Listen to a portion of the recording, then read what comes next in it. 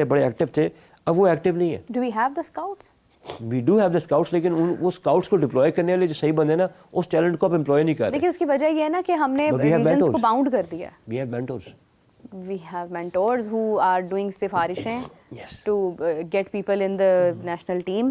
कुदरत का निज़ाम चल तो रहा है अभी। हाँ, कुदरत का निज़ाम भी चल रहा है और पावर का निज़ाम भी चल रहा है। मेंटोर्स हैं, वो अपनी ताकत को यूज़ करते हुए सिफारिशात कर रहे हैं और प्लेयर्स को शामिल कर रहे हैं।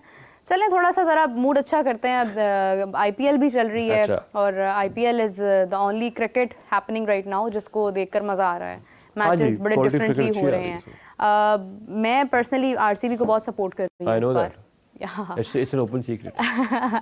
लेकिन ये है कि the good thing is that कि RCB won the match yesterday। 196 runs का टारगेट दिया था 7 विकेट्स के नुकसान पर, और उसके बाद 146 पर 8 विकेट्स गवाते हुए CSK मैच हार गए। 50 रन से मैच जीते हैं। क्या कहना चाहेंगे मैच के वाले से?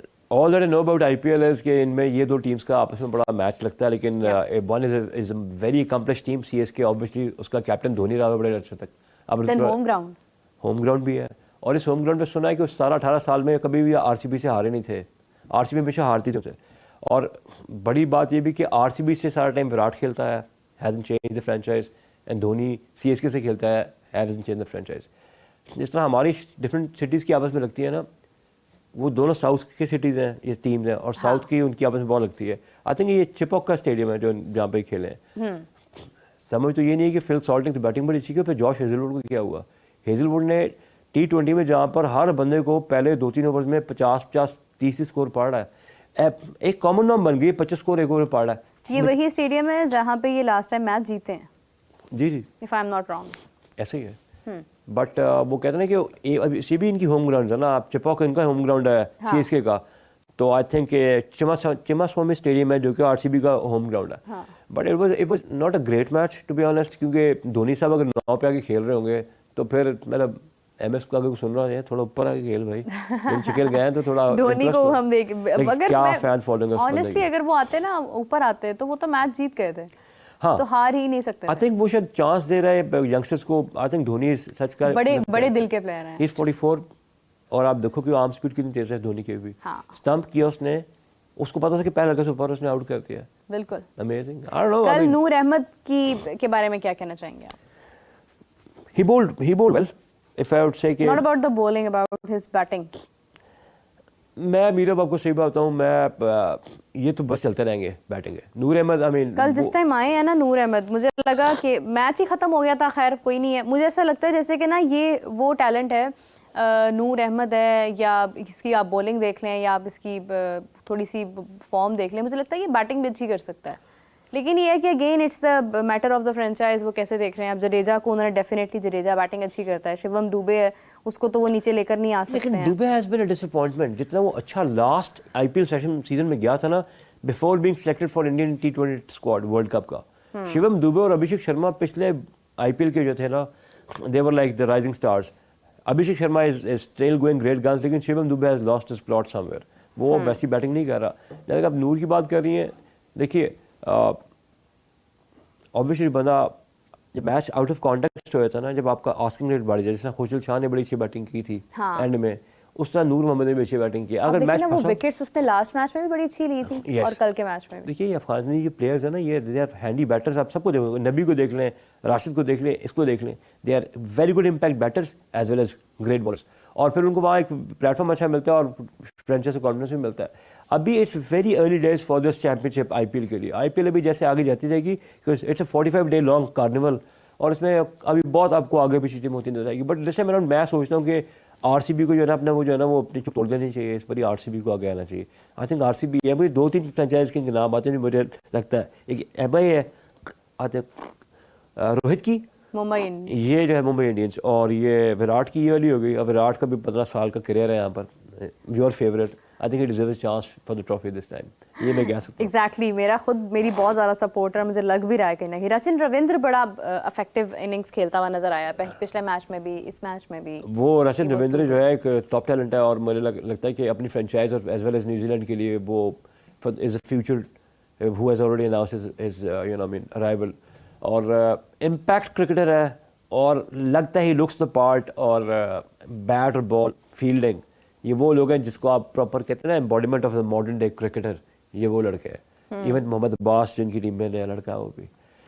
अच्छा जी, अब एक नाम जो कि सब हंसते हैं मेरे पे, बहुत मुझसे ठीक से बोला नहीं जाता है, पाटीदार। बड़ी हाँ, मुश्किल से सीखा है मैंने। मेरे साथ जितने भी व्यूअर्स हैं सब ने कह कर पार्टी उसके बाद दार लिखकर मुझे समझाया है कि पाटीदार। तो खैर उन्होंने कल हाफ सेंचुरी की, 159 का स्ट्राइक रेट था, और ये उनकी भी कंसिस्टेंट अच्छी परफॉर्मेंस है। एक कॉलर है, उसके बाद इसके ऊपर बात करते हैं। अस्सलाम वालेकुम जी, कौन बात कर रहे हैं, कहाँ से बात कर रहे हैं? वालेकुम सलाम, मैं रियाद फरामिया वाली जी, फरमाइए। सर मेरा सवाल ये था कि जिस तरह उस्मान खान ने ओपनिंग की है, जी जी, क्या वो ये ओपनिंग डिजर्व करते थे या उसकी जगह बाबर आजम को ओपनिंग करनी चाहिए थी? ठीक है जी, बहुत शुक्रिया आपका, थैंक यू। हाँ, लोग हैं, उनका अपना ओपिनियन है, और आप देखेंगे अच्छा खेला उस्मान, तो उस्मान बुरा नहीं खेला अगर वो एज एन ओपनर आया, और बाबर आजम ओपनर है नहीं।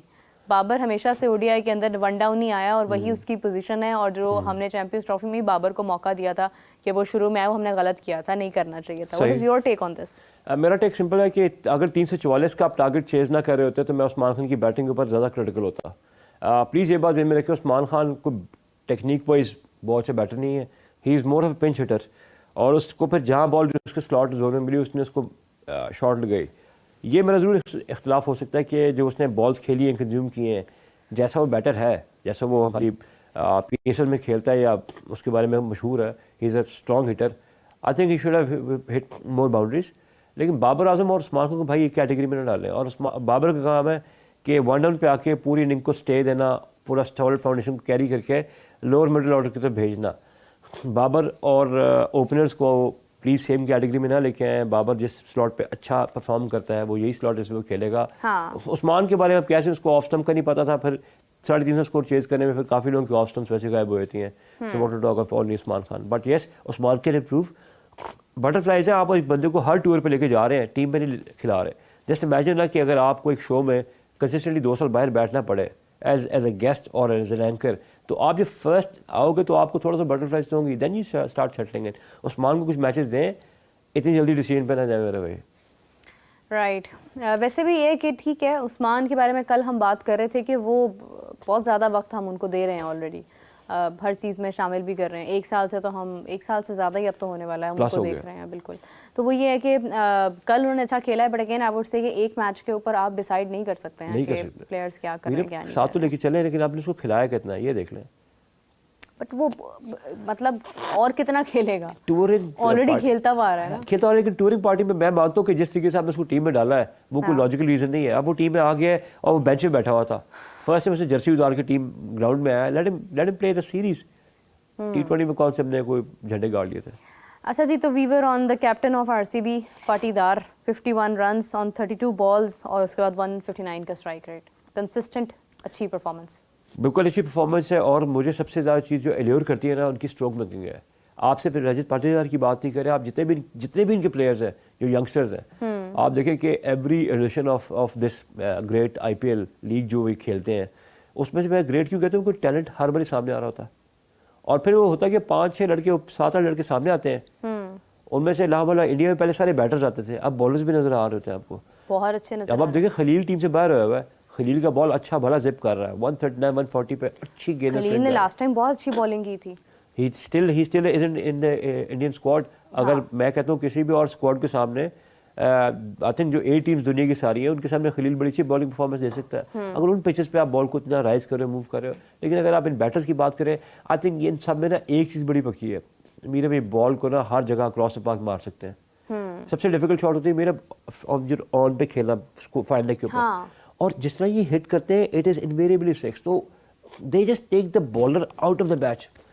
फाइन पर खेलना, मगर ऐसी सिचुएशन में जहां पर आपको नजर आ रहा हो कि मतलब आप खेल पा रहे हैं, ऐसा नहीं है कि आपने अपनी जगह ही वो फिक्स कर ली हो। जैसे अब रिजवान है, उसने खेलना ही वहां पर है ना, तो वो लोगों को पता है वो फील्डर ही वहां पर लगाएंगे, तो वो आपको आउट करना आसान हो जाएगा, कैचेस पकड़ना आसान हो जाएगा। तो वो ये है कि हाँ, मैं वही बात करती हूँ कि आपके लिए गैप्स ढूंढना और फिर आपको ऐसी शॉट्स लगाना कि जो आपको पता चल रहा है कि यहाँ पे मैं लगा सकता हूँ, जो सामने वाली टीम के ज़हन-ओ-गुमान में ना हो। This is something you have learn till now. एक बैटर के लिए देखिए जो फ्रेंचाइज क्रिकेट है ना उसकी जो है ना उसके डायनामिक्स डिफरेंट है, इंटरनेशनल क्रिकेट की डायनामिक्स बहुत डिफरेंट है। लेकिन अगर आप देखें यही लड़के जब आगे जाते हैं, अभी एक स्ट्रक्चर है पाकिस्तान को होगा, आज लड़के ने क्लब में जैसे खेल लिया होगा, उसकी वीडियो बन जाएगी कहीं नेशनल टीम में, लेकिन मैं भी फ़ोन करूँगा आज ही उसको लेके आओ। जैसे हमारे आम जो मास्टर कॉलर्स हैं जज्बाती हुए थे, वहाँ पर जो है ना आपने अगर एक फॉर्मेट में चाहे खेला है तो आपको उस फॉर्मेट के अलावा देखते हैं फिर आपने अपने डोमेस्टिक में कैसा खेला।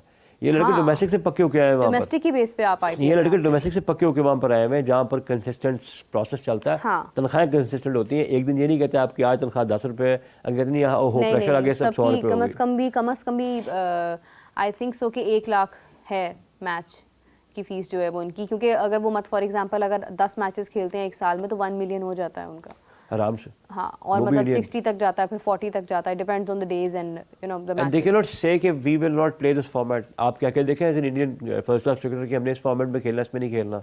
नहीं होता। आज तक उनके 2 प्लेयर्स को अब कह जाके जो है अपना श्रेयस अय्यर को उन्होंने वापस लिया है, ईशान किशन को ईशान को अभी देखें तक नहीं वापस लिया, अभी तक नहीं लिया। उसने क्या किया था कि सिर्फ वो मैच के दौरान चला गया था और वो क्योंकि बेंच पर बैठा हुआ था। दोनों ने कहा था हम वाइट बॉल खेलेंगे, उन्होंने कहा अभी तुम्हें खिलाते हैं वाइट बॉल। मतलब वो चला भी गया था उस दौरान, और उसके बाद ये है कि वहाँ पर जब पता चला कि वो वहाँ पर जाकर अपना सेलिब्रेशन कर रहे हैं और अपना वो चिल कर रहे हैं तो उनको टीम से बाहर कर दिया। जबकि उस जैसा प्लेयर यकीन करें बहुत कम आता है जैसा वो प्लेयर है ईशान किशन। ठीक है, लास्ट मैच में हमने देखा कि वो डक हुआ उन्हें, मगर अगेन आई वुड से कि sometimes it's your day, sometimes it's not when you are a good player. 100 भी देखा ना हमने उसका इसी में आईपीएल में जो 100 ने मारा, बहुत जबरदस्त। अभिषेक शर्मा ने मारा। Since we are already talking about IPL तो मैं इसलिए भी कह रहा हूँ इनकी इनिंग्स तो देखें लड़के, ये पाटीदार की इनिंग देख लें। हाँ, ये बैटर्स हैं बहुत बड़े, और आगे बॉलर्स को आउट ऑफ मैच इस तरह के 2 छिके आपको बॉलर की लाइन लेंथ बुलवा देते हैं। अब ये लड़के अभी रोप्स पे बैठे हुए हैं, इन्होंने आना है, अभी 20-21 साल के लड़के हैं, इनके करियर आगे बढ़ा हुआ है, और इनके सामने जो आइकॉन्स बैठे हुए हैं उनकी टीम बड़े बड़े आइकॉन्स हैं। So I think IPL has been the best breeding ground आपको ना टैलेंट को मैनेज करने के लिए, टैलेंट को शोकेस करने के लिए, उनको इंटरनेशनल फ्लेवर देने के लिए। आई थिंक ये देखें इतना बड़ा लेजेंड है महेंद्र सिंह धोनी कि वो ग्राउंड में आते हैं, लोग आउट होने पे तालियां बजा रहे होते हैं कि शुक्र है आउट हुए हैं, महेंद्र सिंह धोनी आएंगे। वो नंबर 9 पर आ रहे हैं just to give the chances to the other players कि वो खेलें, वो आगे हमारा फ्यूचर है, वो इंडिया खेलते हैं तो वो वहाँ पर खेलें। मतलब देखिए कितने बड़े ज़र्फ की और कितने बड़े दिल की बात है। हमारे यहाँ पर हमारे मेंटोर क्रिकेट खेल रहे हैं टीम के अंदर।